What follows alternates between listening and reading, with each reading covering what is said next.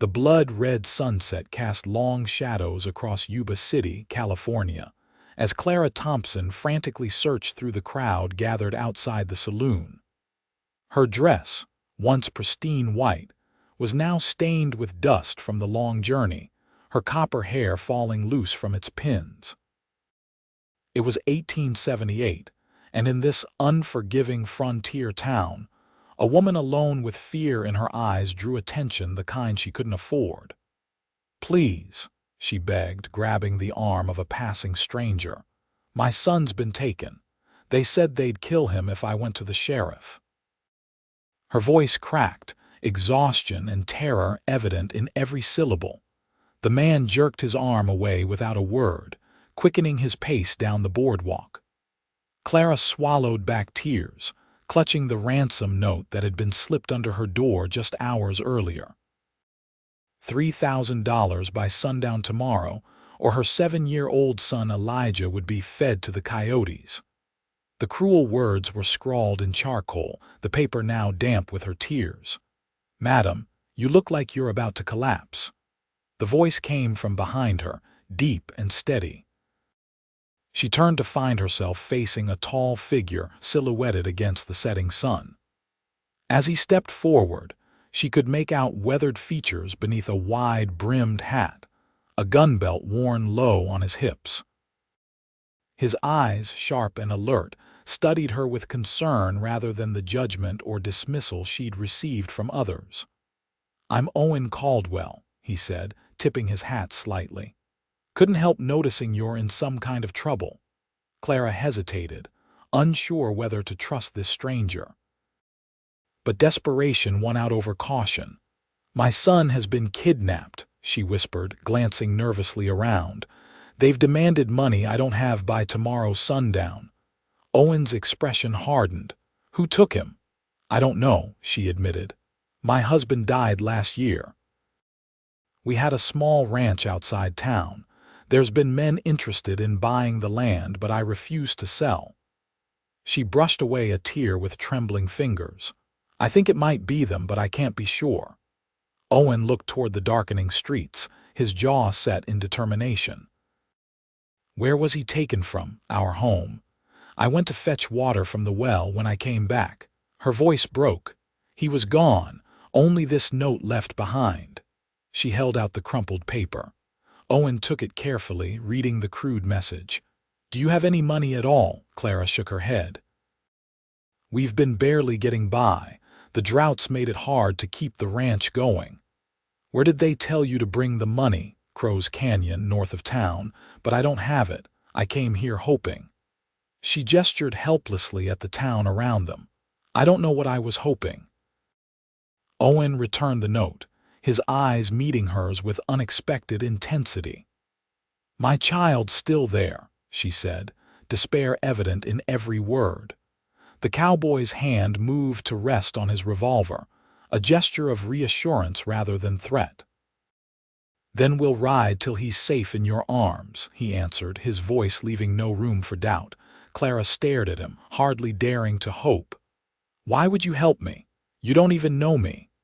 "Some things don't require knowing a person," Owen replied, adjusting his hat. "Just knowing what's right." He glanced at the darkening sky. "Night's falling. We'll need supplies if we're going after them. But I told you, I have no money." Owen's mouth curved slightly. "I didn't ask for any." He turned toward a hitching post where a magnificent chestnut stallion stood. "First, we need to get you somewhere safe for the night. Then at first light we'll pick up their trail." "I can't wait until morning," Clara protested. "My son is alive," Owen finished firmly. "They want money, not revenge. They'll keep him that way until the deadline." His expression softened at her distress. "If we go charging into unknown territory in the dark, we're more likely to get ourselves killed than save your boy." Clara wanted to argue, but exhaustion threatened to buckle her knees. Owen seemed to notice, stepping closer to offer his arm for support. "I have a room at the boarding house," he said. "You can take it. I'll bunk with a friend tonight." "I couldn't." "You could and you will," he interrupted gently. You need rest if you're going to be any help to your son tomorrow." As they walked toward the boarding house, Clara felt the stares of townsfolk following them. She wondered what they thought a disheveled woman accompanying a gunslinger through the evening streets. But Owen's steady presence beside her made the whispers easier to ignore. "You have family here?" he asked as they walked. Clara shook her head. "My husband James brought us west from St. Louis 3 years ago. He had dreams of building something lasting." She smiled sadly. The land was cheaper than he expected because nobody warned him about the water problems. "How'd you lose him?" Owen asked, his directness somehow comforting rather than intrusive. "Fever last winter," she replied. "Caught cold helping a neighbor's cattle through the snow. Never recovered." She swallowed hard. "It's just been Elijah and me since then." They reached the boarding house, a 2-story wooden building with lace curtains visible through clean windows. The proprietress, a stern-faced woman named Mrs. Hollies, frowned at Clara's disheveled appearance but softened when Owen explained they needed a safe place for the night. "My sister's had a difficult journey," he lied smoothly, placing coins on the counter. "She'll need that room just for tonight." Mrs. Hollies' eyebrows rose slightly, clearly not believing the relation but accepting the story with a nod. "Rooms at the top of the stairs, first door on the right." "Breakfast at 6 sharp." Once they were alone in the narrow hallway, Clara whispered, "Thank you." Owen nodded. "Get some rest. I'll come for you before sunrise." "How will we find them?" she asked, fear creeping back into her voice. "I've tracked men across worse country than this," he assured her. "And kidnappers leave trails, especially when they've got a child with them." Clara hesitated at the door to the room. "Mr. Caldwell, Owen, I don't know how to repay you. Let's get your boy back first," he said. "Then we can talk about debts." After he left, Clara sank onto the narrow bed, her mind racing despite her exhaustion. Her son was out there, frightened and alone with men capable of threatening a child's life. She wondered if he was crying for her, if he was cold or hurt. The thought brought fresh tears to her eyes. But for the first time since finding the ransom note, she felt something besides despair. Owen Caldwell, with his calm confidence and steady gaze, had given her hope. Whether he was a fool or a hero, she couldn't say, but he seemed like a man who kept his word. Clara closed her eyes, not expecting sleep to come. But her body, drained by terror and grief, finally surrendered to exhaustion. Dawn was still just a promise on the horizon when a soft knock woke her. She opened the door to find Owen standing there, 2 steaming cups in his hands. "Coffee," he said, offering her one. "And I've got provisions in my saddlebags. We should move." Clara took a quick sip of the bitter liquid, grateful for its warmth. "I'm ready." Outside, 2 horses waited instead of just Owen's chestnut. A dappled gray mare stood saddled beside his stallion. "Borrowed her from the livery," Owen explained, noting her surprise. "Called in a favor." "You seem to have many of those," Clara observed, accepting his help to mount. "Useful things, favors," he replied with a slight smile. "More reliable than money sometimes." They rode north out of town as the first golden light touched the tops of the distant mountains. Clara had changed back into her riding clothes, practical split skirts that had scandalized Yuba City when she'd first worn them, but allowed her to ride astride instead of side saddle. Once they were beyond the town limits, Owen guided them off the main trail and began scanning the ground. Clara watched in amazement as he dismounted and examined what looked like perfectly ordinary dirt to her. "3 horses passed this way yesterday afternoon," he said, pointing to indentations she could barely discern. "One was carrying extra weight, something about the size of a child." "How can you possibly tell that?" Clara asked, skeptical despite her desperate need to believe him. Owen looked up, his expression serious. 5 years with the U.S. Cavalry teaches a man to read sign. 2 years hunting bounties after that makes it second nature. He remounted his horse.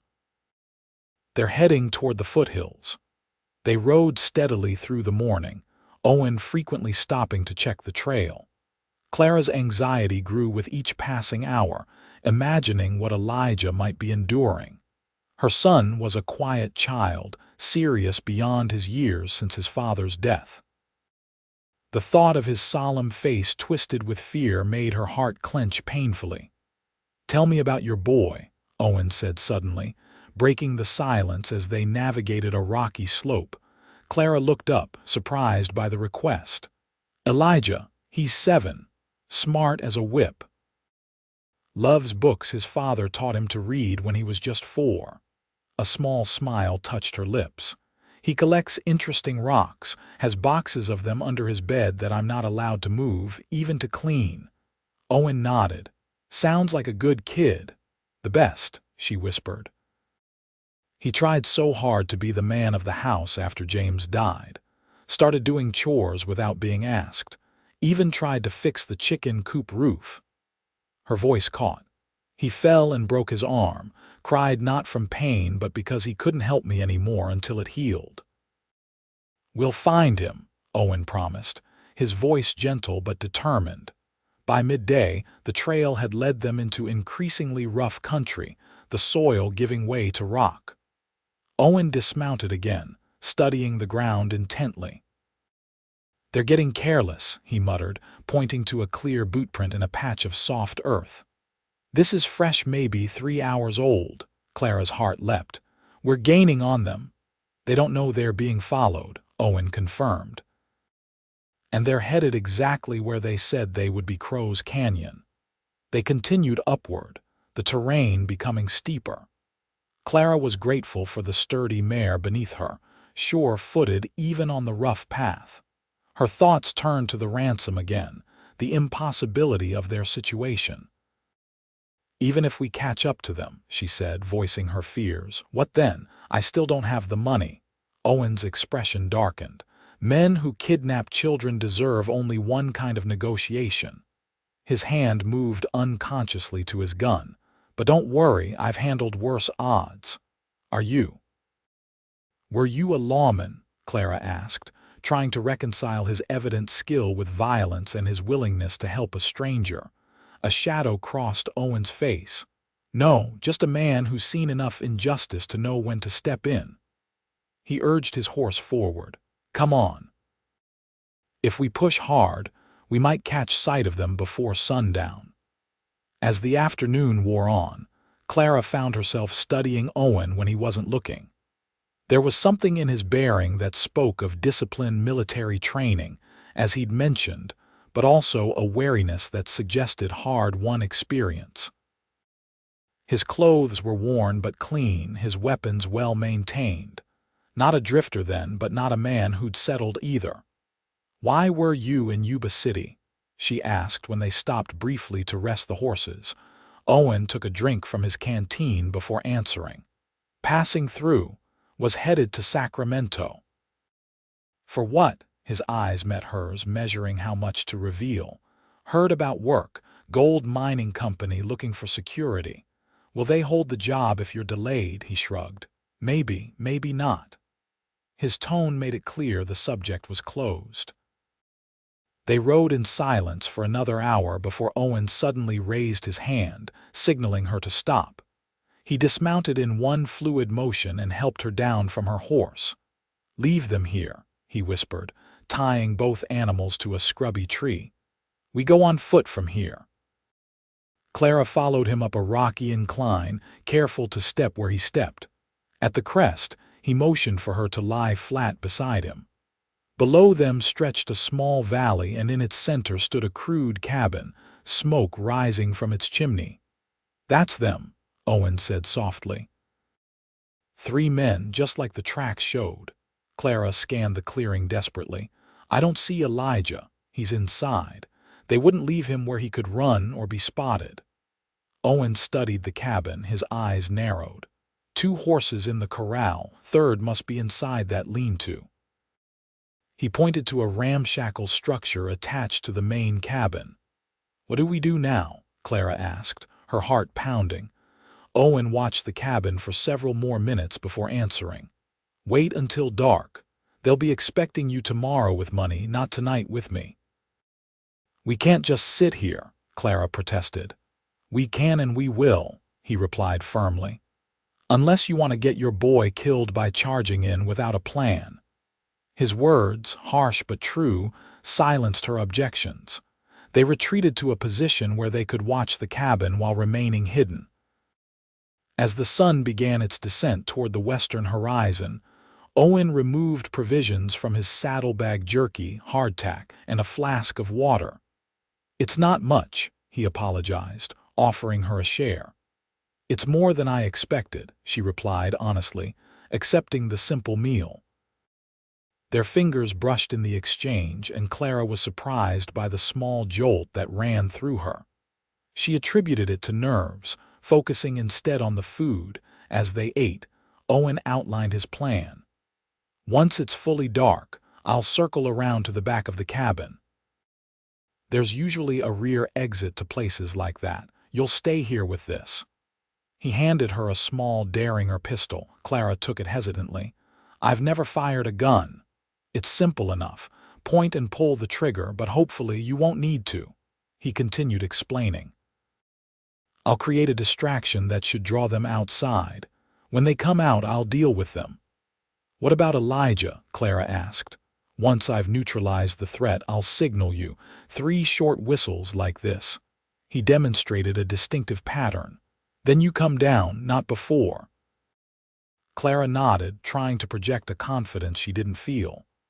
"And if something goes wrong," Owen's expression remained steady, "then you take that gun, get to the horses, and ride hard for Yuba City. Find Sheriff Mills. He's a good man, despite what those kidnappers told you." The frankness of his contingency plan chilled her, but she appreciated his honesty. As darkness fell, they watched a lamp illuminate the cabin's single window. Occasionally, shadows moved across it, confirming the presence of the kidnappers inside. "It's time," Owen said finally, checking his revolver one last time. "Remember, wait for my signal." "Be careful," Clara whispered, surprising herself by touching his arm. Owen's eyes met hers, something unreadable passing through them. "I will," he promised, then melted into the darkness with a stealth that spoke of long practice. Clara huddled alone in their hiding place, the small pistol cold in her hand. Minutes stretched into what felt like hours as she strained to see any movement in the darkness. The only sounds were the nighttime chorus of insects and the occasional distant howl of a coyote. Then came a crash from the direction of the cabin, followed by shouts of alarm. Clara tensed, peering through the gloom. The cabin door burst open, spilling lamplight onto the dirt clearing. 2 men emerged, guns drawn. A third appeared in the doorway but remained inside. A shot rang out from somewhere to the left of the cabin, and one of the men in the clearing crumpled to the ground. The second whirled, firing blindly into the darkness. Another shot and he staggered but remained standing. Clara's heart hammered in her chest as she watched the firefight unfold. The man in the doorway retreated inside, slamming the door. For a terrible moment, everything went quiet. Then came the sound of breaking glass, followed by more gunfire from inside the cabin. A child's scream cut through the night. "Elijah," Clara gasped, rising instinctively to her feet. More shots, then silence. Clara stood frozen, the Derringer clutched in her shaking hand, tears streaming down her face as she waited for Owen's signal. It didn't come. 1 minute passed. Then 2. Clara made her decision. Signal or no signal, her son needed her. She began to make her way down the slope, staying low and moving as quietly as she could manage. The cabin door remained closed, no movement visible inside. She had almost reached the clearing when the door finally opened. A figure stepped out, silhouetted against the light. "Clara," Owen's voice called softly. "It's clear." Relief washed over her, and she ran the remaining distance. As she reached the cabin, she could see one man lying motionless in the dirt. Owen had blood on his shirt sleeve, but appeared otherwise unharmed. "Elijah?" she asked desperately. "Inside," Owen replied, stepping aside. Clara rushed past him into the cabin. The interior was sparse: a table, a few chairs, a fireplace. The third kidnapper lay slumped against the far wall, unmoving. And there, curled in a corner, his hands bound and a cloth tied around his mouth, was her son. "Elijah!" she cried, running to him and dropping to her knees. Her fingers fumbled with the knots, finally freeing him from his bonds. The moment he was released, Elijah threw his arms around her neck, sobbing against her shoulder. "Mama," he whimpered, "I knew you'd come." Clara held him tightly, her own tears falling freely now. "Of course I came, my darling. I will always come for you." After a moment, she pulled back to examine him, checking for injuries. Besides some bruising on his wrists from the ropes and dirt smudged on his face, he seemed physically unharmed. His blue eyes, so like his father's, were red from crying but bright with relief. "Are you hurt anywhere?" she asked, running her hands gently over his arms and legs. Elijah shook his head. "They said they wouldn't hurt me if you brought the money." His lower lip trembled. "They said if you didn't, they'd sell me to Indians." "No one is selling you anywhere," Clara assured him, pulling him close again. "You're safe now." She became aware of Owen standing in the doorway, watching them with an expression that mingled relief with something else, perhaps longing. He'd placed himself tactfully aside, giving them their moment of reunion. "Elijah," she said, turning her son to face the doorway. "This is Mr. Caldwell. He helped me find you." Elijah regarded Owen solemnly. "Did you shoot the bad men?" Owen nodded once, not sugarcoating the truth. "I did what was necessary to keep you safe." The boy considered this, then extended his small hand with grave formality. "Thank you, sir." Owen crossed the room and shook the offered hand, his large calloused palm engulfing Elijah's. "You're welcome, young man. Your mother was very brave." "She always is," Elijah said with the complete conviction of a child who believes his mother capable of anything. Clara felt a rush of warmth at his faith in her, undeserved as it felt. "We should go," she said, getting to her feet and keeping Elijah's hand firmly in hers. "I don't want to spend another minute in this place." Owen nodded. "I'll check if they had anything worth taking first. Might be some supplies we can use for the journey back." While he searched the cabin and the bodies of the kidnappers, Clara led Elijah outside, away from the grim scene. Under the stars, she hugged him again, still hardly believing he was safely in her arms. "Were you scared?" she asked softly. Elijah nodded against her shoulder. "At first, but then I remembered what Papa used to say about being brave even when you're afraid." He pulled back, his expression serious beyond his years. "I knew you wouldn't leave me, Mama." "Never," she promised fiercely. Owen emerged from the cabin carrying a bundle. "Found some food, ammunition, and this." He held up a small leather pouch. "Gold dust, not much, but it's something." "That's stealing," Elijah said with a child's straightforward morality. Owen looked at him steadily.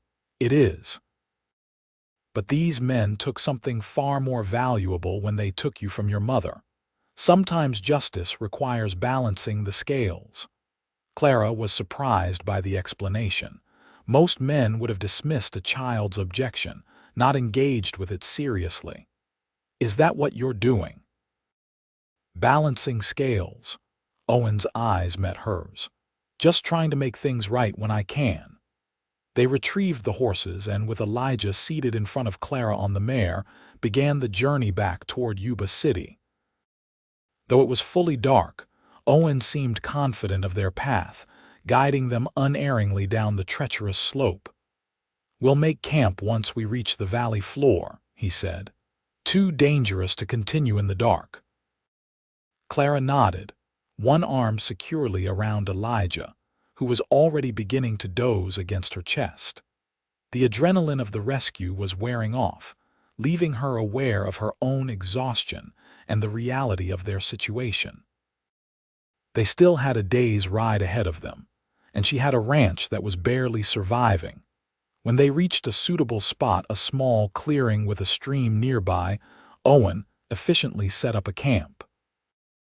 He built a small fire, spread bedrolls he'd taken from the kidnappers' supplies, and prepared a simple meal from their provisions. Elijah, revived by the smell of food, sat close to Clara as they ate. His eyes kept darting to Owen with a mixture of wariness and fascination. "Have you killed many bad men, Mr. Caldwell?" he asked suddenly. "Elijah," Clara admonished, "that's not an appropriate question." Owen, however, didn't seem offended. "I've had to make hard choices," he answered carefully, "but I don't take any pleasure in it, like soldiers in the war." Elijah persisted. "Papa told me about the war sometimes." A shadow crossed Owen's face. "Something like that. Your father fought," Clara answered for her son. "James was with the Union Army, 23rd Illinois Infantry. He didn't talk about it much." Owen nodded, understanding in his eyes. "Most don't." "Were you a soldier too?" Elijah asked. "After the war," Owen replied. "U.S. Cavalry, we patrolled the frontier." Elijah's eyes widened. "Did you fight Indians?" Again that shadow passed over Owen's features. "Sometimes. But not all Indians are enemies, just like not all white men are friends. I learned that lesson well." Clara watched him, sensing there was more to that story than he was sharing. But Elijah's eyelids were growing heavy again, the excitement and trauma of the day finally catching up to him. "Time for sleep," she said gently, guiding him to one of the bedrolls. "But I'm not tired," he protested around a yawn. "Of course not," she smiled, tucking a blanket around him. "But humor me anyway." Within minutes, Elijah was fast asleep, his face peaceful in the firelight. Clara sat beside him for a while, simply watching him breathe, reassuring herself of his presence. Eventually, she joined Owen by the fire. He was cleaning his revolver, his movements practiced and precise. "Thank you," she said quietly. "I don't know how I'll ever repay you." Owen continued his work without looking up. "No debt between us." "There is," she insisted. "You risked your life for a stranger's child. That means something." He finally raised his eyes to meet hers. "Maybe I was just in the right place at the right time." "I don't believe in coincidences that perfect," Clara replied. She hesitated, then asked the question that had been on her mind. "Why didn't you tell me you were wounded?" Owen glanced at his arm where a dark stain had spread on his shirt sleeve. "It's just a graze, had worse shaving." Despite his dismissal, Clara moved to his side. "Let me see." After a moment's resistance, Owen rolled up his sleeve, revealing a shallow furrow across his upper arm, still seeping blood. Clara tore a strip from her petticoat and, after cleaning the wound with water from her canteen, bound it carefully. "You've done this before," Owen observed as she worked. "Ranch life isn't always gentle," she replied. "And a woman alone learns to handle whatever comes her way." When she finished, her hands lingered on his arm a moment longer than necessary. Owen's skin was warm beneath her fingers, the muscle firm. She became acutely aware of their proximity, of the firelight playing across his features, softening them. Flustered by her own reaction, Clara withdrew her hands and moved back to her place across the fire. "You should rest too," she said, her voice sounding strange to her own ears. "I can keep watch for a while." Owen shook his head. "I'll take first watch. You sleep. Been a long day for you." Clara wanted to argue but found she couldn't keep her eyes open much longer. She moved to the bedroll beside Elijah's and lay down, watching Owen through the flames until sleep claimed her. She woke to early morning light and the smell of coffee. Sitting up, she found Elijah already awake, squatting beside Owen as the cowboy showed him how to identify different animal tracks in the soft earth near the stream. The sight stirred something in her chest, a warmth, a longing. Elijah had had so little male guidance since James died. Watching him absorb Owen's every word reminded her of all her son had lost. "Good morning," she called, rising to join them. Owen looked up, a rare smile softening his features. "The boy's a quick study," he said, nodding toward Elijah. "Figured out the difference between coyote and fox tracks faster than most trackers I've known." Elijah beamed at the praise. "Mr. Caldwell says I could be a scout someday if I wanted." "Is that so?" Clara ruffled her son's hair affectionately. "And do you want to be a scout?" Elijah considered the question seriously. "Maybe. Or maybe I'll be a rancher like Papa wanted, or read law like you said I could." "You've got time to decide," Owen told him, standing and brushing dirt from his hands. "Coffee's hot if you want some," he said to Clara. "And there's jerky for breakfast. Not much, but it'll keep us going till we reach town." They ate quickly and broke camp, eager to be on their way. This time, Elijah rode with Owen, seated in front of him on the stallion. Clara couldn't help noticing how naturally her son took to the cowboy's company, peppering him with questions as they rode. Owen answered each one patiently, treating the boy with a respect many adults didn't bother to show children. By midday, they had left the foothills behind and were traveling across open country. The familiar silhouette of Yuba City appeared on the horizon, growing slowly larger as they approached. "What will you do now?" Owen asked when they stopped to rest the horses. "Go back to your ranch." Clara nodded. "It's our home, meager as it is." "Those men, the ones who took Elijah, they might have friends," Owen said carefully, "if they were after your land." "I know," Clara sighed, the worry she'd been pushing aside resurfacing. "But where else would we go? The ranch is all we have." Owen was silent for a moment, looking toward the distant town. "That gold dust we took," he said finally. "It might be enough to get you started somewhere else, somewhere safer." Clara shook her head. "We can't take that, it isn't ours." "It isn't theirs either," Owen countered. "Likely stolen to begin with." He reached into his saddlebag and withdrew the leather pouch. "Take it. Consider it compensation for what they put you and the boy through." Clara hesitated, torn between practical need and moral principle. "I don't know." "Mama," Elijah spoke up from where he'd been listening. "Maybe it's like Mr. Caldwell said about balancing scales." Clara looked at her son, surprised by his intervention. "Perhaps," she conceded. "But first, I think we should speak with Sheriff Mills. If those men were known criminals, there might be a bounty on them." Owen nodded, seeming pleased with her decision. "That's fair." They continued toward town, arriving as afternoon shadows began to lengthen. The familiar streets of Yuba City looked different to Clara now, as if the events of the past 2 days had altered her perception of the place she'd called home for 3 years. They rode directly to the sheriff's office. Mills was a burly man with a walrus mustache and a reputation for fairness. He listened to their story with growing concern, his eyes narrowing when Clara described the kidnapping and Owen's subsequent rescue. "Sounds like the Delaney brothers," he said when they finished. "Been causing trouble up and down the valley for months. Rustling, robbery, but this is the first I've heard of them taking a child." He looked at Elijah with grandfatherly concern. "You all right, son?" Elijah nodded solemnly. "Mr. Caldwell shot them." Sheriff Mills raised an eyebrow at Owen. "All 3 had no choice," Owen replied evenly. "They were going to harm the boy." The sheriff studied him for a long moment. "I know you're kind, Caldwell. Seen enough men with that look in their eyes. Former soldier turned hired gun, am I right?" Owen didn't deny it. I've done what I had to. Mills sighed heavily. Well, in this case, I'd say you did the town a service.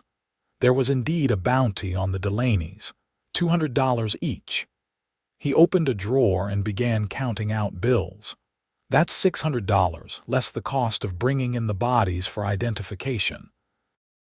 We didn't bring them, Clara said quickly. No matter, Mills waved a hand dismissively.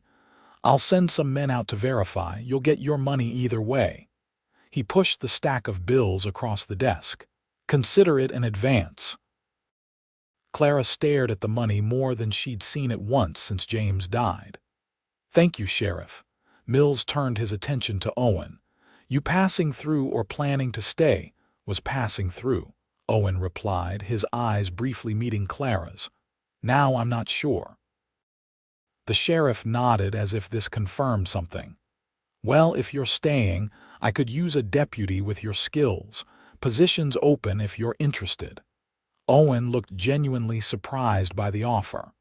I'll consider it, he said after a moment.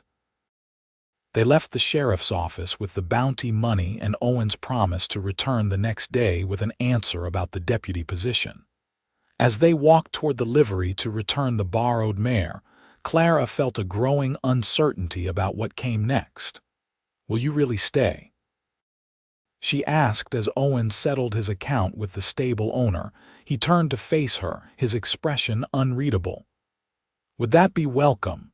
Clara felt a flush rise to her cheeks. Elijah has taken to you, she said, avoiding a direct answer to his question. And his mother? Owen pressed, his voice low. Before she could respond, Elijah came running up, having been examining the other horses in the stable. Mr. Caldwell, are you coming home with us? Mama makes the best stew and I could show you my rock collection. Owen's eyes remained on Clara, waiting for her cue. Mr. Caldwell probably has other plans, she began cautiously. Actually, Owen interrupted, I was hoping for an invitation to dinner, to celebrate Elijah's safe return. Clara couldn't help the smile that spread across her face. Then consider yourself invited. The Thompson ranch was modest, a small cabin with a barn and corral, surrounded by land that had once been promising, but now showed signs of the drought's toll. As they approached on horseback, Clara felt a pang of embarrassment at its humble state compared to what Owen might be accustomed to. But if he was disappointed, he showed no sign. Instead, he commented on the solid construction of the cabin and the clever placement of the well, sheltered from the worst of the winds by a natural rock formation. James chose the location, Clara explained as they dismounted. He had a good eye for land, just not enough capital to develop it properly after the drought hit. Elijah ran ahead to open the cabin door, eager to be home after his ordeal. Clara followed more slowly, suddenly aware of how the place might appear to a stranger clean but worn, with furniture that had seen better days and patches visible on the curtains. It's not much, she said apologetically as Owen stepped inside. It's a home, he replied simply, his eyes taking in the details that spoke of care, despite limited means, the polished wood of the table, the carefully mended quilt on the bed in the corner, the small shelf of books that represented a luxury in frontier life. Elijah immediately began showing Owen his prized possessions, the rock collection, a wooden horse his father had carved, a book of maps that had been his most treasured gift. Clara watched their interaction as she prepared a simple stew with the provisions they'd brought. Owen treated each item with genuine interest, asking questions that delighted the boy. By the time dinner was ready, Elijah was chattering more animatedly than Clara had seen in months. They ate by lamplight, the conversation flowing easily between them. For the first time since James died, the cabin felt truly alive again. After dinner, Clara sent Elijah to wash up for bed, leaving her alone with Owen. A moment of awkward silence fell between them, broken when they both spoke at once. "I should probably. Would you like?" They stopped, sharing a small laugh at the collision of words. "You first," Owen offered. Clara took a breath. "I was going to ask if you'd like some coffee before you go." She hesitated, then added, "Though you're welcome to stay in the barn if you don't want to ride back to town tonight." Owen considered for a moment. Coffee would be nice. And yes, the barn would be appreciated. As she prepared the coffee, Clara found herself unusually aware of Owen's presence in the small space, the sound of his breathing, the subtle scent of leather and wood smoke that clung to him. When their fingers brushed as she handed him the cup, that same unexpected jolt ran through her. "Will you take the sheriff's offer?" she asked to break the tension. Owen cradled the cup in his hands, staring into the dark liquid. "I might. Been a long time since I stayed in one place." "Why is that?" He looked up, meeting her gaze directly. "War changes a man, makes it hard to settle. Hard to feel like you belong anywhere." "James said something similar," Clara said softly. "That's why we came west. He thought a fresh start might help him leave the war behind." "Did it?" Clara considered the question. "I think it was starting to before he died." "Having purpose helped the ranch, Elijah. Me." She blushed slightly at her own forthrightness. Owen nodded, understanding in his eyes. "Purpose makes a difference. And being a deputy would give you purpose." "It could," he acknowledged. "Or something else might." His gaze held hers with an intensity that made her heart quicken. Before she could respond, Elijah called from his small adjoining room. "Mama, I'm ready for bed." Clara rose quickly, relieved and disappointed by the interruption. "I'll be right there," she called back. To Owen, she said, "There are blankets in the chest by the door if you'd like to take them to the barn." Owen stood, setting down his empty cup. "Thank you, for the meal and the place to stay." "It's the least I can offer," Clara replied, suddenly feeling shy. "After everything you've done." A moment hung between them, charged with unspoken possibilities. Then Owen collected the blankets and bid her good night, stepping out into the darkness while she went to tuck in her son. Elijah was already half asleep when she entered his room. "Is Mr. Caldwell going to stay with us?" he asked drowsily as she pulled his blanket up to his chin. "He's staying in the barn tonight," Clara answered, smoothing his hair back from his forehead. "But I mean forever," Elijah clarified, fighting to keep his eyes open. "Like a new papa." Clara's heart skipped a beat at her son's directness. "Elijah, Mr. Caldwell helped us because it was the right thing to do. That doesn't mean he wants to stay forever." "But he likes you," Elijah insisted. "I can tell. He looks at you the way Papa used to." "That's enough, young man," Clara said gently but firmly. "It's time for sleep." "You like him too," Elijah murmured as his eyes finally closed. "I can tell that too." Clara sat beside her son until his breathing deepened into sleep, his words echoing in her mind. Did she like Owen Caldwell? The answer was undeniably yes, but it was more complicated than her 7-year-old could understand. Attraction was one thing, trust was another, especially when Elijah's well-being was at stake. And yet, something about Owen inspired trust despite his obvious familiarity with violence. He'd shown compassion, patience, and integrity in the short time she'd known him. He'd risked his life for her son without hesitation or expectation of reward. Clara rose quietly and returned to the main room, extinguishing the lamps before retiring to her own bed. Through the small window, she could see a faint light in the barn where Owen had settled for the night. The knowledge of his presence nearby brought an unexpected sense of security. Sleep came more easily than she'd anticipated, her body and mind exhausted by the events of the past days. She dreamed of riding across open country, Owen beside her and Elijah ahead, the three of them laughing in the sunshine. Morning arrived with the crowing of the rooster, and the familiar sounds of farm life resuming. Clara dressed quickly and stepped outside to begin her chores, only to find Owen already at the water pump, filling the troughs for the few animals they kept. "You didn't need to do that," she said, approaching him with a shawl wrapped around her shoulders against the early chill. "Seemed like the least I could do for the hospitality," he replied, pumping the handle with easy strength. In the clear morning light, Clara noticed again the sharp angles of his face, the way his eyes crinkled slightly at the corners when he looked at her. There was a quiet competence in his movements that spoke of a man accustomed to physical labor. "There's breakfast when you're ready," she offered. "Nothing fancy, just biscuits and coffee." "Sounds perfect," he said, finishing his task and following her toward the cabin. Elijah was already up and dressed, setting the table with more enthusiasm than Clara had seen him show for chores in months. His face brightened when Owen entered. "Did you sleep well in our barn, Mr. Caldwell? We have mice sometimes, but the cat usually keeps them away." "Her name is Patches, but she's shy around strangers." Owen took the seat Elijah indicated, his large frame making the simple chair appear smaller. "Slept just fine, thank you.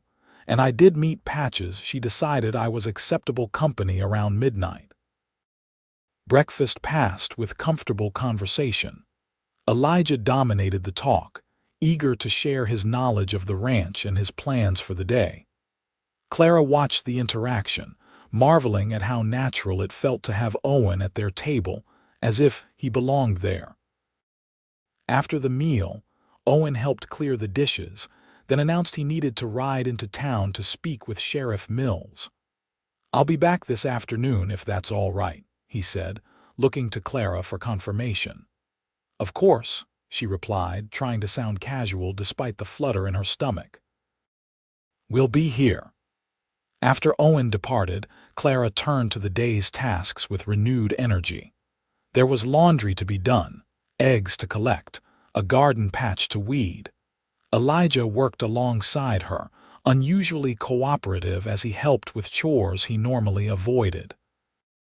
"Do you think Mr. Caldwell will take the deputy job?" he asked as they hung sheets on the line to dry. Clara smoothed a wrinkle from the fabric before answering. "I don't know, Elijah. That's his decision to make. But if he does, he'll stay in Yuba City, right? And then he could visit us all the time." "Perhaps," Clara hedged, unwilling to encourage expectations that might lead to disappointment. "But remember, Mr. Caldwell has his own life. He's been very kind to help us, but we can't assume he'll continue to be involved with our family." Elijah looked down, scuffing his foot in the dirt. "I like having him around," he admitted quietly. "He reminds me of Papa, but different too." Clara crouched to meet her son's eyes. "I know you miss your father, sweetheart. I miss him too. But no one can replace him, and we shouldn't expect Mr. Caldwell to try." "I know that," Elijah said with a child's impatience at being misunderstood. "But couldn't we have Mr. Caldwell too? As something else?" Clara straightened, unsure how to respond to her son's simple logic. Before she could formulate an answer, the sound of approaching hoofbeats drew their attention to the road. Owen was returning, hours earlier than expected, and he wasn't alone. Sheriff Mills rode beside him, along with two other men Clara recognized as town council members. Their expressions were grave as they approached the ranch house. Clara stepped forward, anxiety knotting in her stomach. "Sheriff, is something wrong?" Mills dismounted heavily, his face troubled. "Mrs. Thompson, we've come about your property." "My property?" Clara repeated, instinctively drawing Elijah closer to her side. The older of the council members, Mr. Hargrove, cleared his throat importantly. "It appears the men who kidnapped your son were working for someone with a significant interest in acquiring this land." "I don't understand," Clara said, though a sinking feeling told her she was beginning to. Owen moved to stand beside her. "Tell her what you told me, Sheriff." Mills sighed, removing his hat. The Delaney brothers were hired by Maxwell Whitney, Clara gasped. Whitney was one of the wealthiest men in the county, owner of vast tracts of land and several businesses in town. But why would he want my small ranch? It's barely viable with the drought. Because of what's under it, said the second councilman, Dawson. Whitney's been buying up properties all along this ridge. Word is, there's a water source, an underground river that could irrigate half the valley. Your land sits right above where they think it runs deepest. Clara's mind raced. An underground river would explain why their well had remained reliable even when neighbors had run dry. James had always said they were lucky, but perhaps it hadn't been luck at all. Whitney's been offering to buy out struggling ranches for months, Mills continued. When you refused to sell, he resorted to more desperate measures, Clara finished, her voice hardening with anger. Using my child as leverage. We don't have proof it was Whitney, Mills cautioned. The Delaneys aren't talking, being dead and all, but it fits his pattern. What does this mean for us? Clara asked, tightening her arm around Elijah's shoulders. Hargrove cleared his throat again. Whitney's filed a claim challenging your ownership of the property. Says your husband never completed the final paperwork with the land office. That's ridiculous, Clara protested. James had all the documents in order. I have the deed in the house. I'm sure you do, Mills said soothingly. But Whitney has friends in the land office. He's managed to create enough confusion to get a hearing scheduled. When? Clara demanded. 2 weeks from tomorrow, Dawson replied. In Sacramento, before the district judge. Clara felt lightheaded. Sacramento was over 100 miles away. The journey alone would cost money she didn't have, not to mention finding someone to watch the ranch while she was gone. This is theft, she said, her voice shaking with outrage. He couldn't intimidate me into selling, so now he's trying to steal my land through legal trickery. That's why we're here, Owen spoke up. To warn you and to help. Clara looked at him in surprise. The other men shifted uncomfortably. Caldwell here has accepted my offer of deputy, Mills explained. His first official act was to bring this matter to my attention. He seems to think Whitney might not stop at kidnapping. You think we're still in danger? Clara asked, instinctively pulling Elijah closer. Owen's expression was grim. Whitney stands to make a fortune if that underground river is real. Men have killed for far less. Which is why, Mills continued, Deputy Caldwell has suggested you might be safer in town until the hearing. Leave the ranch, Clara shook her head. I can't abandon our home. The animals need care, the garden, Mrs. Thompson, Hargrove interrupted, his tone gentler than before. I understand your reluctance, but Whitney is a dangerous man when crossed. I've seen what happens to those who stand in his way. We can arrange for someone to look after the ranch, Dawson added. My son could check on the animals daily. Clara looked around at the small homestead she and James had built together. The thought of leaving it vulnerable gnawed at her, but Elijah's safety had to come first. Where would we stay in town? She asked finally. Mrs. Holly's has rooms, Mills suggested, or the widow Parker often takes in boarders. They could stay with me, Owen said suddenly. All eyes turned to him in surprise. I've taken rooms above the mercantile, 2 bedrooms. More space than I need. Clara felt her cheeks warm at the impropriety of the suggestion. That's very kind, but it would be the safest option, Mills interrupted, nodding thoughtfully. Deputy's quarters are right next to my office. Anyone trying to get to you would have to get past both of us. Please, Mama, Elijah tugged at her skirt. We could stay with Mr. Caldwell. It would be an adventure. Clara looked from her son's hopeful face to Owen's steady gaze. She saw no presumption there, only genuine concern for their safety. Very well, she conceded, but just until the hearing. and I'll need to come back to the ranch daily to check on things, regardless of Mr. Dawson's son's assistance. I'll escort you myself, Owen promised. The decision made, Clara went inside to pack what they would need for a 2-week stay in town. As she folded clothes into a carpet bag, she tried to make sense of her tumultuous emotions. Fear for their safety warred with indignation at Whitney's schemes. Uncertainty about the future clashed with a growing awareness of her feelings for Owen. When she emerged with their bags, the men had formulated a plan. Dawson would send his son over immediately to care for the livestock. Hargrove would speak with a lawyer friend about representing Clara at the hearing. Mills would increase patrols past the ranch to discourage trespassers. And Owen would keep Clara and Elijah safe, whatever it took. They rode into Yuba City together, Elijah again perched in front of Owen on his stallion. The boy's excitement at the adventure helped distract Clara from her worries, at least temporarily. By the time they reached the mercantile building where Owen had his rooms, she had resolved to face this new challenge with the same determination that had carried her through James's death and the struggles that followed. Owen's quarters were simple but neat: a main room with a small stove and table and 2 bedrooms opening off it. The furnishings were basic but of good quality, and large windows let in ample light. "You take the larger bedroom," Owen said, carrying their bags inside. "I'll use the small one." "Are you sure?" Clara asked, noting that the smaller room barely had space for a narrow cot. "We don't want to inconvenience you." "No inconvenience," he assured her. "I've slept in worse places." Elijah was already exploring, opening cupboards and peering out windows with a child's curiosity. "You can see the whole street from here, Mama," he called excitedly. "And the sheriff's office, too."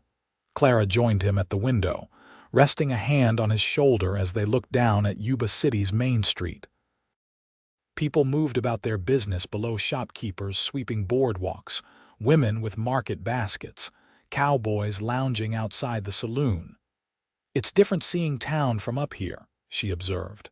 "Better vantage point," Owen said from behind them. "Harder for anyone to approach without being seen." Clara turned to find him checking his revolver with practiced hands. The reminder of potential danger sobered her mood. "Do you really think Whitney would try something in town, with the sheriff right there?" Owen holstered his weapon. "Men like Whitney rarely do their own dirty work. He'll hire others, probably strangers brought in from outside so they can't be connected to him." His expression softened at her worried look. "But that's why we're here, where it's harder for them to operate unnoticed." Clara nodded, trying to project confidence for Elijah's sake. "What happens now?" "Now," Owen said, moving to the stove, "I make us some lunch. Then I have duties to attend to this afternoon. Sheriff wants me to familiarize myself with the town records, get to know the regular troublemakers." He glanced at Elijah with a hint of a smile. "Maybe you two could get settled in, and later we can all have dinner at the hotel. They serve a decent steak." Elijah's eyes lit up at the suggestion. "A real restaurant, with tablecloths and everything." "With tablecloths and everything," Owen confirmed, his smile growing at the boy's enthusiasm. The simple domesticity of the arrangement struck Clara, suddenly planning meals together, sharing space, considering each other's needs. It felt both foreign and strangely right, like finding a piece of a puzzle she hadn't known was missing. After a lunch of beans and bacon that Owen prepared with surprising skill, he departed for his deputy duties, promising to return by 6 for dinner. Clara and Elijah spent the afternoon arranging their belongings in the larger bedroom and exploring the immediate area around the mercantile building. The shopkeepers below, Mr. and Mrs. Chen, were friendly and offered Elijah a stick of horehound candy when Clara purchased some essentials. "Deputy Caldwell is good man," Mrs. Chen told Clara as she wrapped the purchases in brown paper. "He stopped boys who throw stones at our window last month. Very respectful, not like other cowboys." "He's not exactly a cowboy," Clara said, though she realized she didn't actually know what Owen had been doing between his military service and his arrival in Yuba City. Mrs. Chen shrugged. "All men with guns and horses, cowboys to me, but he different. Quiet, watches everything." She smiled approvingly. "Good protector for you and son." Clara thanked her and left, pondering the observation. Owen was indeed watchful, his awareness of his surroundings almost preternatural at times. It made her feel secure, yet she wondered what experiences had honed that vigilance to such a sharp edge. By 6 o'clock, Clara had changed into her best dress, a navy blue calico, with only one nearly invisible patch on the sleeve, and helped Elijah into his Sunday shirt. When Owen returned, he too had made an effort, wearing a clean white shirt under his vest and his hair neatly combed. "You look nice," he said simply when he saw them waiting. "So do you," Clara replied, feeling unaccountably shy. The hotel dining room was the fanciest establishment in Yuba City, not impressive by San Francisco standards, perhaps, but with white tablecloths and real glass oil lamps on each table. Elijah's eyes were wide as a waiter in a black waistcoat seated them and handed Owen a printed menu. "Can I really have anything I want?" Elijah whispered loudly after the waiter departed. "Within reason," Clara tempered, mindful of costs despite the bounty money now in her possession. "Order whatever appeals to you," Owen said. "This meal's my treat." Clara started to protest, but Owen shook his head. "My first day's wages as deputy," he explained. "Seems right to celebrate it with friends."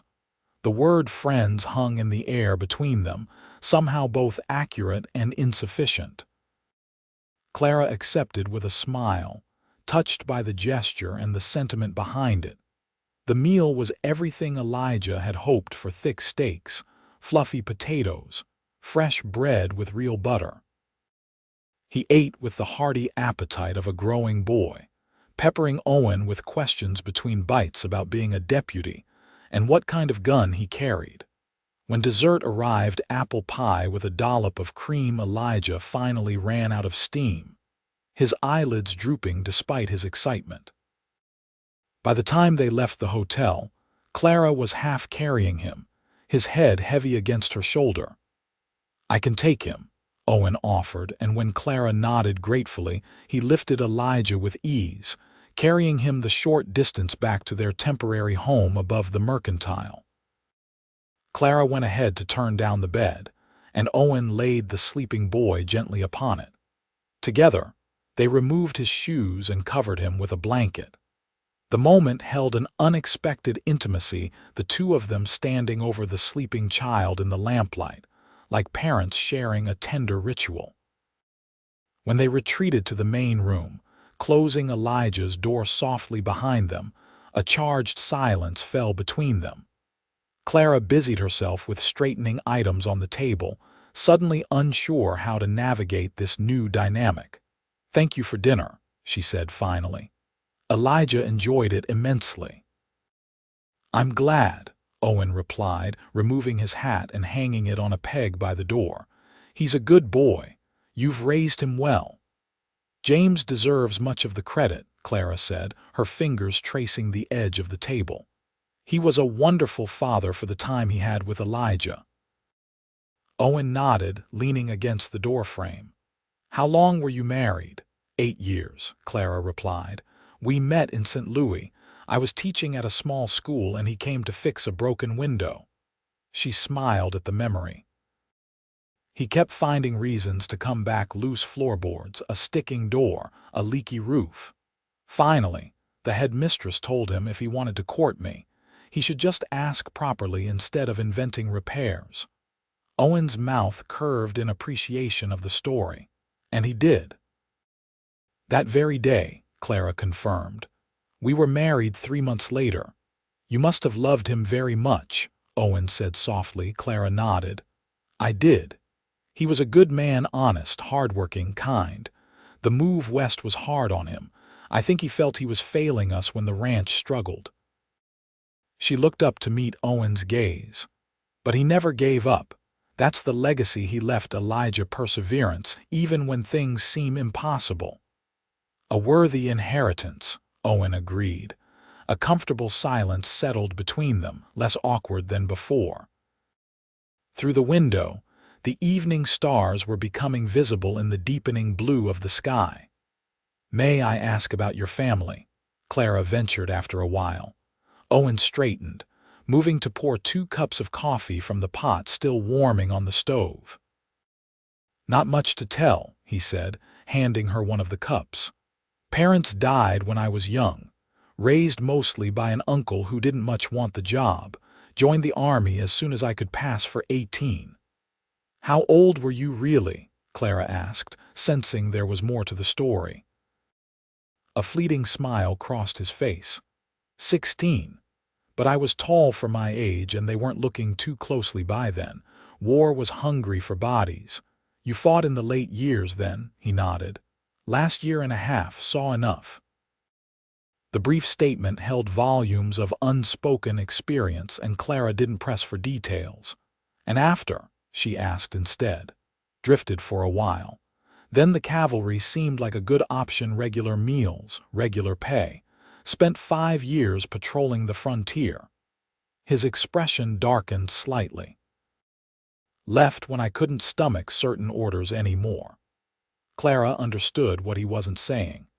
The Army's treatment of native tribes had become increasingly harsh, driving them from ancestral lands onto reservations that couldn't sustain them.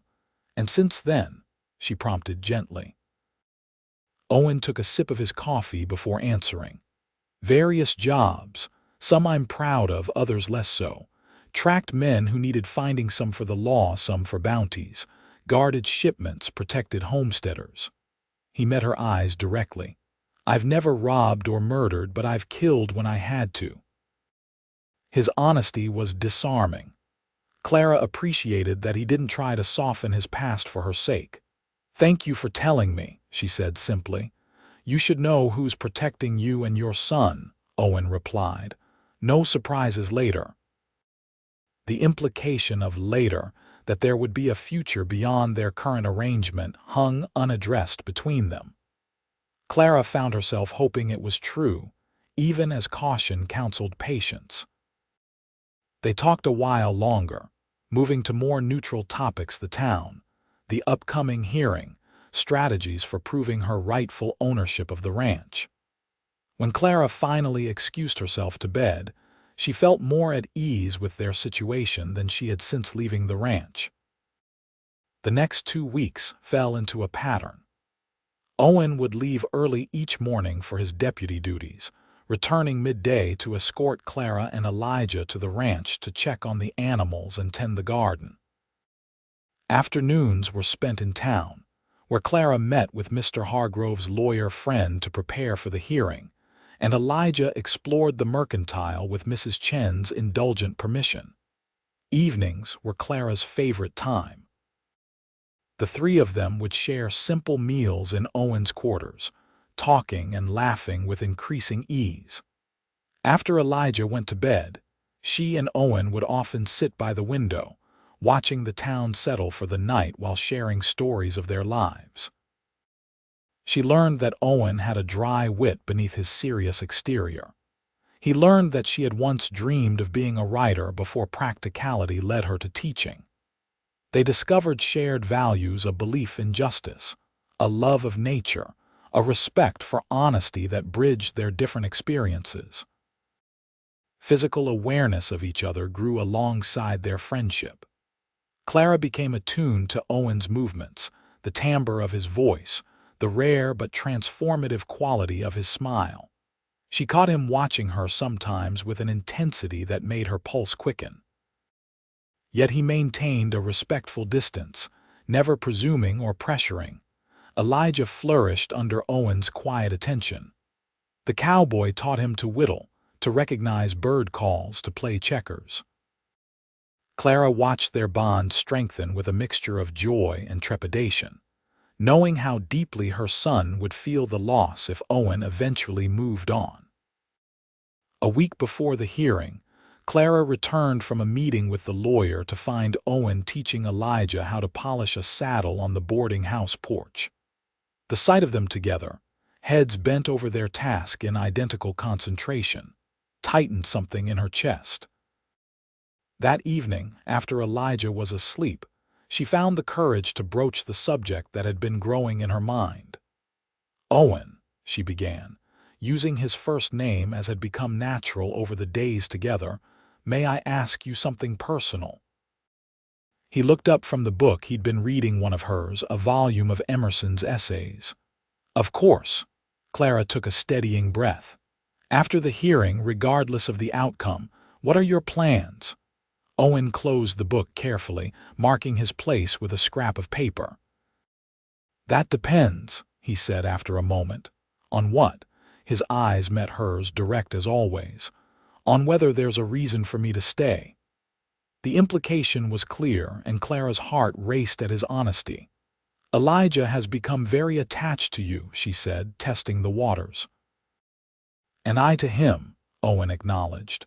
"He's a fine boy, but—" He hesitated, then continued with quiet intensity, "It's not just Elijah I've grown to care for." Clara felt a flush rise to her cheeks. "I've come to care for you too," she admitted, her voice barely above a whisper. Owen set the book aside and moved to sit beside her at the window. Not touching, but close enough that she could feel the warmth of his presence. "Clara," he said her name as if it were precious. "I know it's been less than 3 weeks since we met. I know you're still grieving James, and you should. But I need you to know that if there's a place for me in your life, and Elijah's, any place at all, I'd consider it an honor to stay." Tears pricked at Clara's eyes, not of sadness, but of a complicated joy. "I never expected to feel this way again," she confessed. "After James died, I thought that part of my life was over. I had Elijah, the ranch, it seemed enough. And now," Owen prompted gently. Clara looked up at him, allowing her feelings to show plainly on her face. "Now I find myself hoping for more." Owen's hand moved to cover hers on the windowsill, his touch warm and reassuring. "Whatever happens at the hearing, whatever you decide about the ranch, I want to be part of what comes next, if you'll have me." "I think I'd like that very much," Clara whispered. They sat together in companionable silence after that, his hand holding hers as they watched the night deepen over Yuba City. It wasn't a formal declaration or promise, just an acknowledgement of possibilities opening before them. The next morning brought an unexpected visitor. Clara was helping Elijah with his reading lesson when a sharp knock came at the door.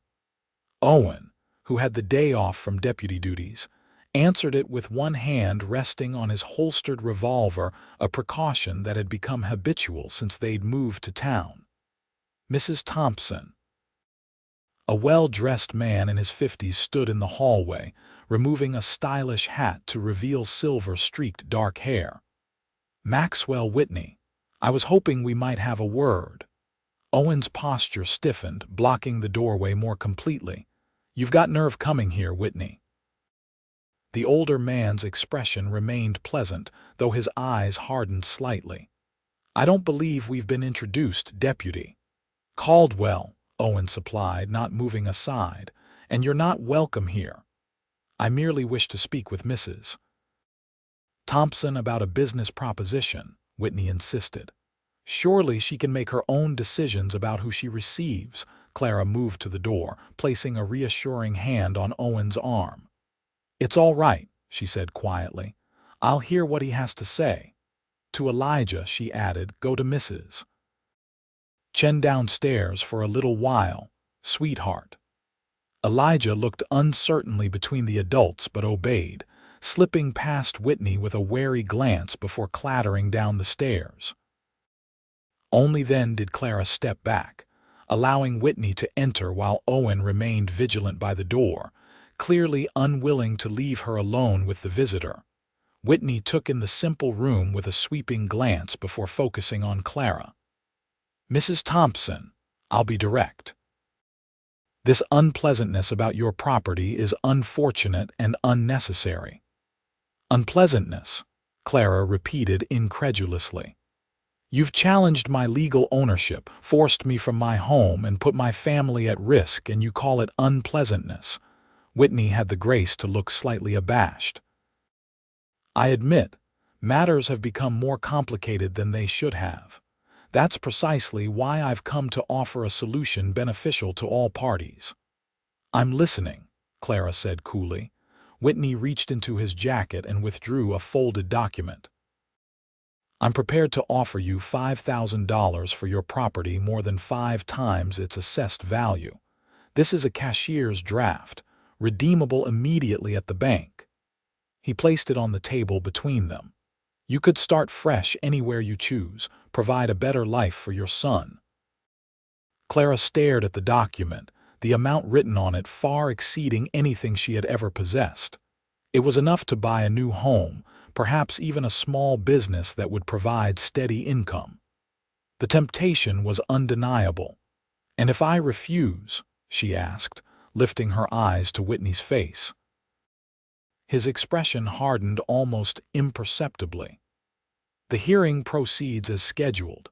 I must warn you, Mrs. Thompson, that I have considerable evidence suggesting your late husband never properly completed the claim process." "Fabricated evidence," Owen interjected from the door. Whitney turned slightly. "The court will determine that, Deputy, but legal battles are expensive and time-consuming. Even if Mrs. Thompson prevails initially, I have the resources to pursue appeals to drag the process out for years." He returned his attention to Clara. "Years during which you'll struggle to maintain a property that barely sustains you now." Clara felt a cold anger replace her momentary temptation. This man had likely orchestrated her son's kidnapping, had certainly manipulated the legal system to threaten her home, and now had the audacity to present himself as reasonable while issuing veiled threats. "Mr. Whitney," she said, her voice steady despite her anger, "I appreciate you making your position clear. Now allow me to do the same." She pushed the cashier's draft back toward him. "That land was legally purchased by my husband. We built our home there with our own hands. My son took his first steps in that house. My husband is buried on that hillside." Her voice caught slightly, but she continued, "It is not for sale at any price." Whitney's mask of civility slipped, revealing a flash of genuine anger. "You're making a grave mistake, Mrs. Thompson.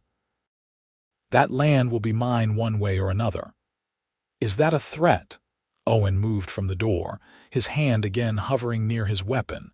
Whitney collected himself, forcing a cold smile.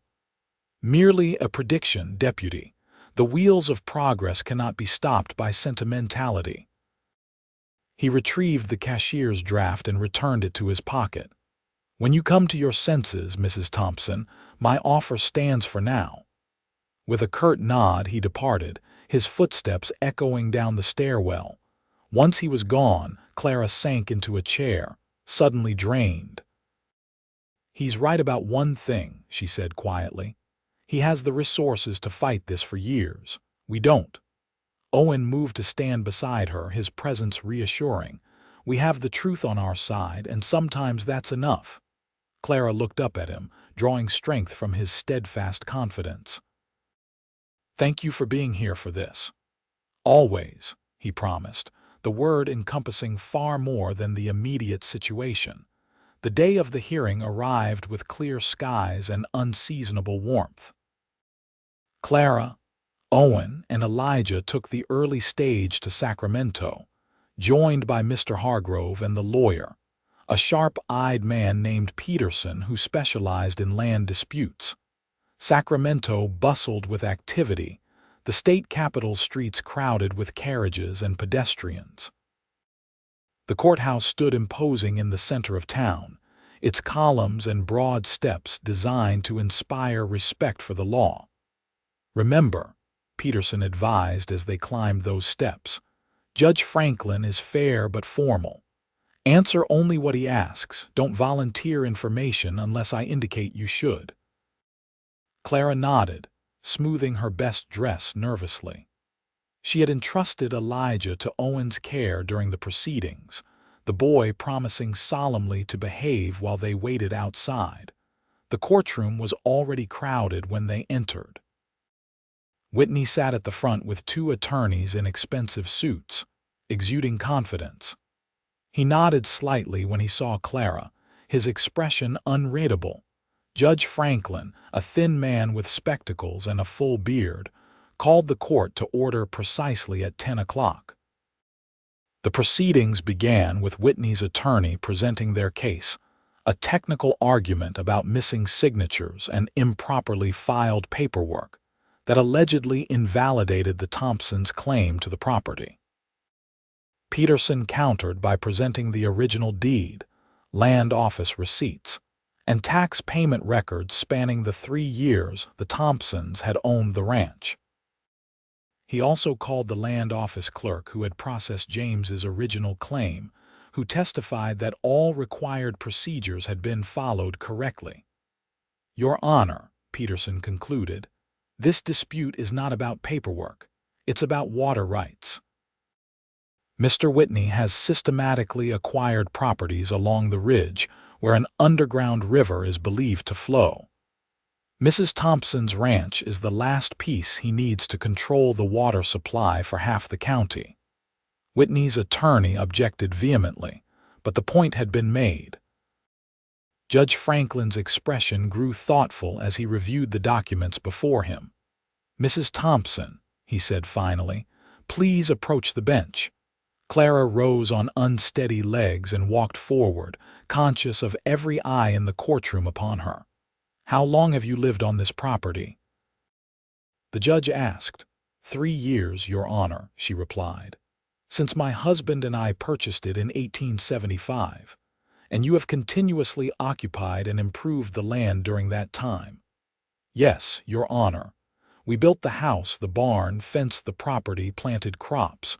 My husband is buried there." She swallowed hard. "It's our home."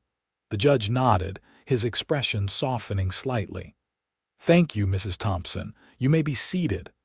Clara returned to her place, heart pounding as Judge Franklin organized his notes. After what seemed an eternity, he looked up, his gaze sweeping the courtroom before settling on the attorneys. "Having reviewed all evidence presented, I find no compelling reason to invalidate the Thompson claim," he announced. The property was legally purchased, properly registered, and continuously occupied as required by law. Mr. Whitney's challenge is dismissed. Relief flooded through Clara so powerfully she had to grip the table to remain upright. Peterson squeezed her arm in congratulation as Judge Franklin continued. "Furthermore," the judge added severely, "this court takes a dim view of attempts to manipulate land records for personal gain. Mr. Whitney, while I cannot prove collusion between you and certain land office employees, the timing of these discovered irregularities is highly suspicious." Whitney's face had hardened into a mask, his attorneys leaning together in whispered conversation. "This case is dismissed," Judge Franklin concluded, bringing down his gavel with finality. "Mrs. Thompson retains full legal ownership of her property." The courtroom erupted in murmurs as people rose to leave. Clara turned to thank Peterson and Hargrove, her eyes filling with grateful tears. Only when she looked toward the doors did she see Owen and Elijah entering, their expressions anxious until they caught sight of her smile. Elijah ran to her, throwing his arms around her waist. "Did we win, Mama? Is the ranch still ours?" "Yes, sweetheart," she assured him, holding him close. "The ranch is still ours." Owen approached more slowly, his eyes seeking confirmation in hers. When she nodded, his face broke into the fullest smile she had yet seen from him, transforming his usually serious features. "Congratulations," he said simply, but the word carried the weight of shared struggle and victory. As they left the courthouse together, Clara felt lighter than she had in months. The future stretched before them, still uncertain in many ways, but secure in what mattered most: her home, her son, and the possibility of new beginnings with the man beside her. Their celebration was short-lived. As they descended the courthouse steps, a messenger boy ran up, waving a telegram. "Deputy Caldwell," he called. "Urgent message from Sheriff Mills." Owen took the telegram, tipping the boy before opening it. His expression darkened as he read. "What is it?" Clara asked, dread returning at his grim look. "The ranch," he said tersely. "It's been burned to the ground." Clara gasped, her hand flying to her mouth. "When? How?" "Last night. Sheriff says it looks deliberate." Owen crumpled the telegram, his jaw tight with anger. "Whitney didn't wait for the verdict." "But that's criminal," Hargrove sputtered. "He can be prosecuted." "If it can be proven he was responsible," Peterson cautioned. "Arson is difficult to establish without witnesses." Clara felt numb with shock. Their home, everything they owned beyond what they'd brought to town, gone. James's grave on the hillside would be untouched by the fire, but all physical reminders of their life together had been destroyed. "Mama," Elijah's voice was small, his eyes wide with confusion. "Is our house gone?" Clara crouched to his level, forcing steadiness into her voice. "Yes, sweetheart. Someone burned it down. But we're together, and that's what matters most." "Where will we live?" he asked, the practical question of a child cutting through to the heart of their predicament. Clara looked up at Owen, momentarily at a loss. He met her gaze with unwavering resolution. "With me," he said firmly, "for as long as you need." "We couldn't impose," Clara began automatically. "It's not imposition," Owen interrupted gently. "It's what people do for those they care about." The simplicity of his statement, delivered in front of Elijah, Peterson, and Hargrove, held a clarity that cut through Clara's confusion. This man, who had entered their lives so unexpectedly, was offering not just shelter but commitment, a foundation upon which to rebuild. "Thank you," she said finally. "We accept." They returned to Yuba City on the afternoon stage, the jubilation of their legal victory tempered by the knowledge of what awaited them at the ranch. Owen insisted they go directly there, despite Clara's reluctance to see the destruction. As their rented wagon crested the rise that led to the Thompson property, Clara steeled herself for the sight. The reality was even worse than she had imagined. Where the cabin had stood was now a blackened skeleton of charred timbers. The barn was completely gone, reduced to ash. Only the stone well and the corral fence furthest from the buildings remained intact. "The animals?" she asked as Owen helped her down from the wagon.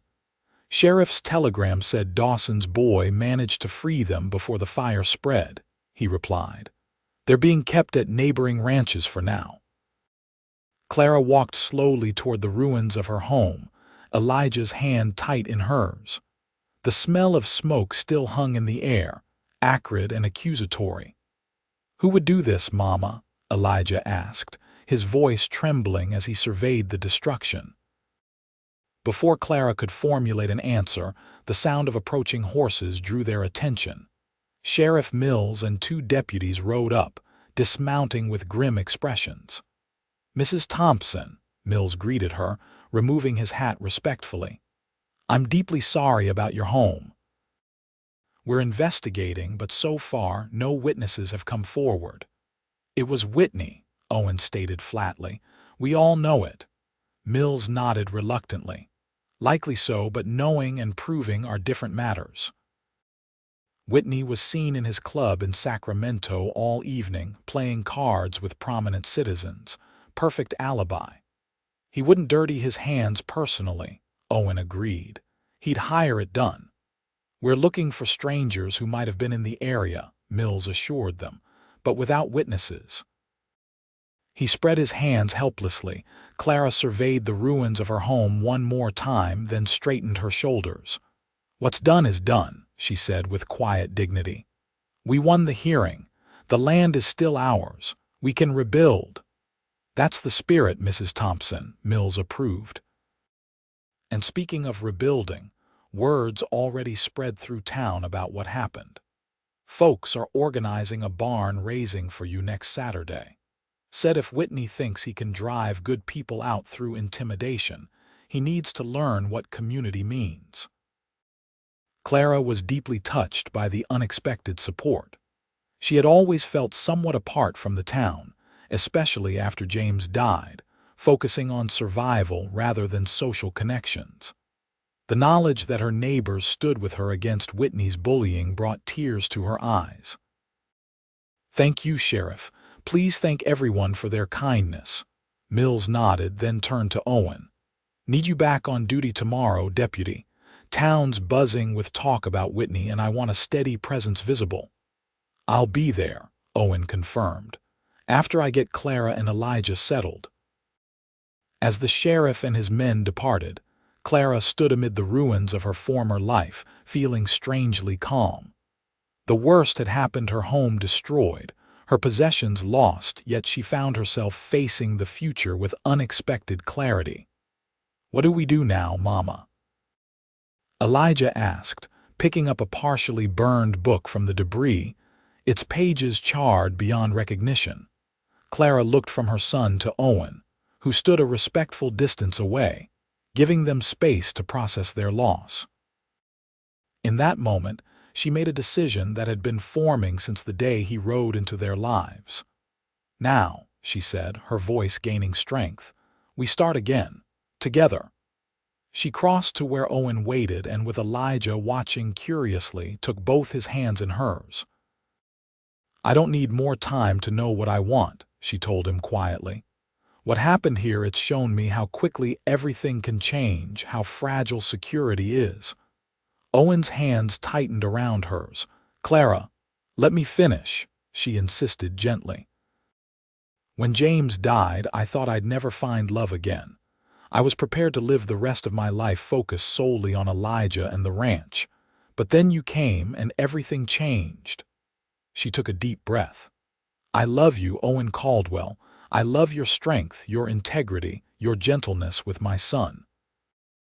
If your offer still stands to be part of our lives, I accept it completely. Owen's face transformed with a joy so profound it nearly took her breath away. It stands, he confirmed, his voice rough with emotion. It will always stand. Elijah approached cautiously, looking between them with hopeful uncertainty. Does this mean Mr. Caldwell is staying with us forever? Owen crouched to the boy's level, his expression serious. If that's what you want, Elijah, I care deeply for your mother and for you. I'd like to be part of your family, to help rebuild your home, to be there for both of you always, but only if you're comfortable with that. Elijah considered this solemnly, then asked, Would you be my papa? Owen glanced up at Clara, who nodded encouragement through tears. Not to replace your real father, he clarified to Elijah. No one could ever do that. But yes, I'd be honored to be a father to you if you'd have me. Elijah's face broke into a brilliant smile. I'd like that very much, he declared, throwing his arms around Owen's neck in an impulsive hug. Owen held the boy close, his eyes meeting Clara's over Elijah's shoulder. The love shining in them was unmistakable, a beacon promising shelter after storm. When Elijah finally released him, Owen stood and drew Clara into his embrace as well. There, amid the ashes of what had been, they forged the beginning of what would be a family united not by tragedy but by choice, by love freely given and gratefully received. The barn raising on Saturday brought nearly the entire population of Yuba City to the Thompson Ranch. Men arrived with tools and lumber, women with food and household necessities. Children ran playing games while their parents worked, turning devastation into a celebration of community resilience. By sundown, a new barn stood where the old one had been destroyed, sturdy and larger than its predecessor. The foundation for a new cabin had been laid, with walls framed and partially enclosed enough that, with another day's work, it would be habitable. As people gathered for a communal meal at trestle tables set up in the yard, Sheriff Mills called for attention, tapping a spoon against his coffee cup. "Folks, before we eat, I've got an announcement," he declared. "Seems all this building has inspired more construction." He grinned at Owen and Clara, who stood close together near the new barn. "Deputy Caldwell here has asked Mrs. Thompson to marry him, and she's had the good sense to accept." A cheer went up from the assembled neighbors, genuine in its enthusiasm. Clara blushed at being the center of attention, but Owen's arm around her waist kept her grounded in the rightness of their decision. "When's the wedding?" called Mrs. Hollies from the boarding house. Clara looked to Owen, who smiled down at her with tender confidence. 2 weeks, he answered for them both. "Just time enough to finish the house and make it proper." More cheers and congratulations followed, with many of the women immediately planning contributions to the wedding flowers from gardens, a cake from the hotel kitchen, music from Mr. Peterson, who played fiddle at town dances. As the celebration continued around them, Owen drew Clara slightly apart, his expression suddenly serious.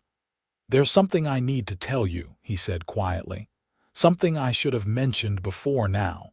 Clara felt a flicker of apprehension. "What is it?" Owen reached into his vest pocket and withdrew a folded document. "I wired my bank in Sacramento after the fire. This arrived on today's stage." He handed her the paper. Clara unfolded it to find a bank draft in the amount of $3,000. Her eyes widened in shock. "Owen." "Where did this come from?" "Savings," he explained. "From bounties, army pay, odd jobs over the years.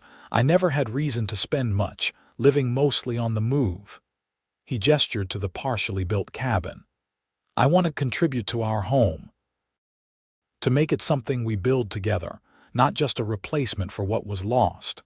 Clara was momentarily speechless, the amount far exceeding anything she had imagined he might possess. I don't know what to say." "Say you'll accept it as my contribution to our future," Owen requested. "Not charity, but partnership."